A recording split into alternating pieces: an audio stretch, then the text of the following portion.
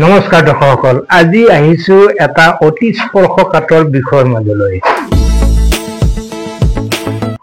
হিন্দুসকলে লগুণ ছিঙি পেলাওক, মুছলমানসকলে ৰাজপথত নিজৰ টুপি দলিয়াই পেলাওক, নামঘৰ মছজিদ এইবিলাক ক্লাব ঘৰ হৈ যাওক, কিমান ভাল লাগিব তেতিয়া, নহয়নে? কিন্তু সেয়া জানো সম্ভৱ হ'ব পাৰে? আহক আজি সত্যৰঞ্জন বৰাৰ কথাকে কিছু মন দি শুনিবলৈ যত্ন কৰোঁ। অলপ আগতে এটা বাতৰি দেখা পালো যে বাতৰিটোত জুবিন গাৰ্গৰ সমাধি ক্ষেত্ৰত এগৰাকী যুৱকে নিজৰ শৰীৰৰ লগুণডাল ছিঙি পেলাইছে। ভাল হৈছে, বেয়া হৈছে, কৰিব লগা কাম কৰিছে, কৰিব নলগীয়া কাম কৰিছে, সেইবোৰ মই ক'ব খোজা নাই।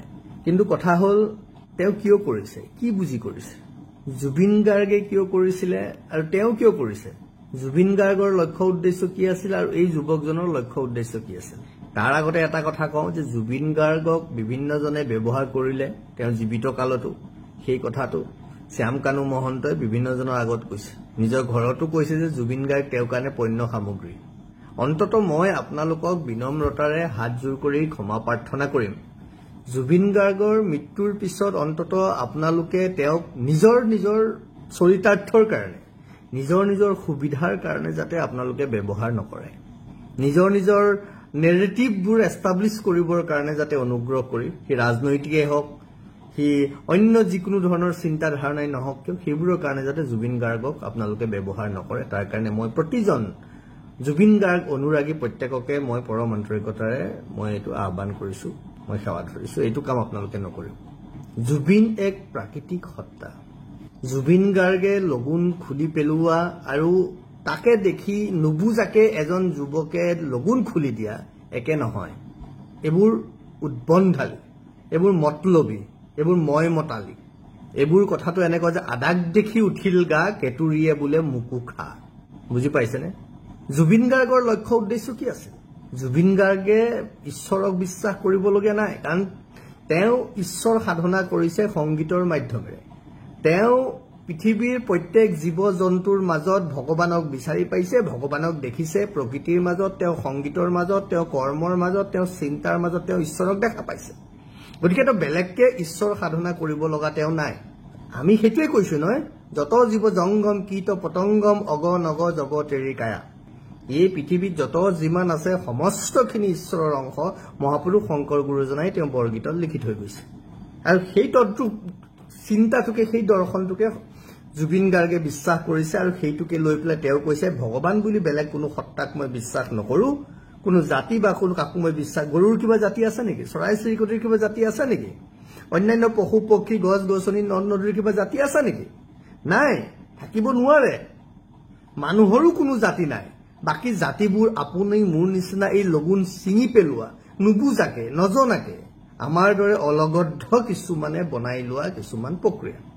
জুবিন গাৰ্গৰ দৰ্শন দেখাক দেখি আপোনালোকে লগুণ ছিঙি পেলোৱা সেই ল'ৰাবোৰৰ দৰ্শনতকে বহুত ওপৰত। জুবিন গাৰ্গৰ মৃত্যুৰ পিছত তছলিমা নাছৰিনে এটা মন্তব্য কৰিছিলে। তছলিমা নাছৰিনেও জুবিন গাৰ্গৰ দৰে কৈছিলে, কি বুলি, প্ৰয়োজনত মই সেইবোৰ ৰাখি থৈছো, আপোনালোকক দি দিম। তেওঁ নিজৰ এক্স হেণ্ডেলত মানে টুইটাৰত আগত তেওঁ লিখিছিলে যে মোৰো ধৰ্ম নাই বুলি কৈছিলো, মোৰো জাতি নাই বুলি কৈছিলো, ময়ো আল্লাহ নাই বুলি কৈছিলো, কিন্তু মোক 15 লক্ষ মানুহে হত্যা কৰিবলৈ উন্মাদ হৈ পৰিলে আৰু মই নিজৰ জন্ম ঠাইখন এৰিবলৈ বাধ্য হলো। কিন্তু জুবিন গাৰ্গে কলে মোৰ জাতি নাই, মোৰ ধৰ্ম নাই। জুবিন গাৰ্গৰ মৃত্যুৰ সময়ত 15 লক্ষ মানুহে বা তাতোধিক মানুহে তেওঁক স্মৰণ কৰিলে, তেওঁক সেৱা কৰিলে, তেওঁক চাকি দিলে, তেওঁক বন্তি জ্বলালে। জুবিন গাৰ্গে পাৰিছে, কাৰণ জুবিন গাৰ্গে সেইখন সমাজক প্ৰতিনিধিত্ব কৰে যিখন সমাজে নাস্তিকতাক বিশ্বাস কৰে, যিখন সমাজে প্ৰকৃতিক বিশ্বাস কৰে, যিখন সমাজে গছ গছনি চৰাই চিৰিকটি নদ নদী কুকুৰ মেকুৰী যত জীৱ জংগম কীট পতংগম অগ নগ জগতেৰি কায়া সমস্ত ঈশ্বৰৰ অংশত বিশ্বাস কৰে। কিন্তু তছলিমা নাছৰিন সেইখন সমাজত আছিলে যিখন সমাজে একো বিশ্বাস কৰিব নোৱাৰে। তেওঁলোকৰ কাৰণে কোনো মুক্ত কথা নাই, তেওঁলোক আবদ্ধ, তেওঁলোক সীমাবদ্ধ, তেওঁলোক সংকীৰ্ণ, তেওঁলোক ৰুগ্ন। সনাতনৰ বৃহৎ সত্তাটো বুজক, সনাতনৰ বৃহৎ সত্তাটো বুজক। এই যিজন লৰাই লগুণ ছিঙি পেলাই তেওঁক কৈছো, কি বুজিছা তুমি, কি অনুভৱ কৰিছা তুমি? তুমি জুবিনৰ দৰে সাধক হ'ব পাৰিছা? তুমি জুবিনৰ দৰে সনাতন ধৰ্মৰ তত্ত্ব বুজি পাইছা? জুবিনে নিজৰ গীতৰ মাজত সংস্কৃত শ্লোক ব্যৱহাৰ কৰিলে। নিজৰ মুম্বাইৰ ঘৰত তেওঁৰ থাপনা ৰাখিছে। তেওঁ নিজে শিৱ ভক্ত বুলি কৈছে, শিৱ সেৱক বুলি কৈছে। তেওঁ বাহুত মহাদেৱৰ টেটু সাজি লৈছে। তেওঁ গৃহ নিৰ্মাণ কৰাৰ সময়ত তেওঁ ভূমি পূজন কৰিছে। তাৰ পিছতো তেওঁ নিজৰ ধৰ্ম নাই, জাতি নাই বুলি কৈছে। এইকাৰণে যাতে ধৰ্ম আৰু জাতিৰ নামত সংকীৰ্ণতাবোৰে আমাক নষ্ট কৰিব নোৱাৰে, সেই কাম আজি যিজন লৰাই লগুণ ছিঙি পেলালে, আপোনালোকে দেখিছে নেকি? জুবিন গাৰ্গৰ সমাধি ক্ষেত্ৰত আহি কোনোবাই মূৰৰ টুপি খুলি পেলাইছে, কোনোবাই দাড়ি কাটি পেলাইছে। আপোনালোকে দেখিছে নেকি? মন কৰিছে কৰবাত? কোনোবাই মই ইছলাম নহয় বুলি কৈছে, মই আজিৰ পৰা মুছলমান নহয় বুলি কৈছে। দেখিছে কোনোবাই কোৱা? জুবিনৰ দৰে হবলৈ হলে জুবিনৰ দৰে জীয়াই থাকিব লাগিব। জুবিনৰ দৰে সনাতন সত্তাৰ প্ৰাকৃতিক তত্ত্ব, প্ৰাকৃতিক মহত্ব, প্ৰকৃতিৰ দৰ্শন উপলব্ধি কৰিব পাৰিব লাগিব। এই পৃথিৱীত কোনো জাতি নাই, কোনো ধৰ্ম নাই। কিন্তু কথা হ'ল, মানৱ ধৰ্মৰ কথা কবলৈ যাওঁতে প্ৰথমে মানুহ হোৱাৰ পৰিচয় দিব লাগিব। মানুহ হবলৈ হলে মোৰ সন্মুখত থকাজনেও মোক মৰম কৰিব লাগিব, তেতিয়াহে তেওঁ মৰম। মোৰ সন্মুখত থকাজনেও মোৰ আচাৰ ব্যৱহাৰত সন্তুষ্ট হ'ব লাগিব, আৰু ময়ো মোৰ সন্মুখত থকাজনৰ আচাৰ ব্যৱহাৰত সন্তুষ্ট হ'ব লাগিব। মই মোৰ জাতি নাই, ধৰ্ম নাই বুলি কৈছো, কিন্তু মোৰ সন্মুখত থকাজনে নিজৰ জাতি ধৰ্মৰ আধাৰত বাৰে বাৰে মোক আঘাত কৰিছে, তেতিয়া মই কি মোৰ জাতি ধৰ্ম নাই বুলি ক'ম নেকি? কিমান বুজিছে জুবিন গাৰ্গৰ সেই তত্ত্ব? কিমান বুজিছে জুবিন গাৰ্গৰ জাতি নাই ধৰ্ম নাই কথাৰ সেই সাৰ মৰ্ম? জুবিন গাৰ্গৰ সেই দৰ্শন, জুবিন গাৰ্গৰ সেই চিন্তা আপোনালোকৰ মূৰৰ ওপৰেদি গৈছে। অনুভৱ কৰিব পৰা নাই কি কৈছিল জুবিন গাৰ্গে, কিয় কৈছিল জুবিন গাৰ্গে। এনেকুৱা আপোনালোকে কৰিব খুজিছে যেন জুবিন গাৰ্গ হিন্দু বিদ্বেষী, জুবিন গাৰ্গ সনাতন বিদ্বেষী।